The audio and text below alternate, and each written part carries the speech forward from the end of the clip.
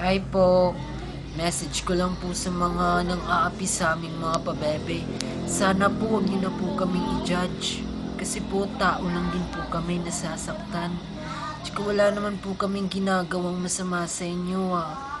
Nagpapakatotoo lang po kami. Kung ayaw niyo po sa amin, huwag niyo po kaming panoorin.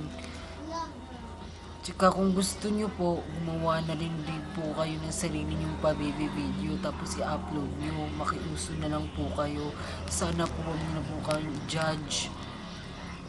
Kasi nga diba, sabi sa sayings, it's better to be hated of what you are than to be loved from what you are not.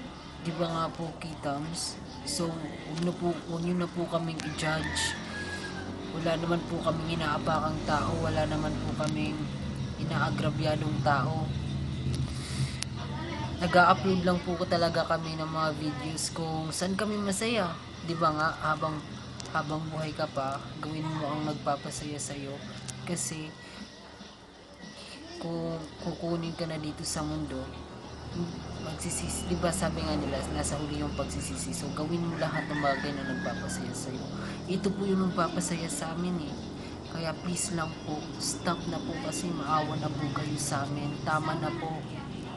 At ang may papayo ko lang po sa mga pabebeng tulad ko, mga bebe, huwag kayong pa-apekto sa mga sinasabi ng ibang tao.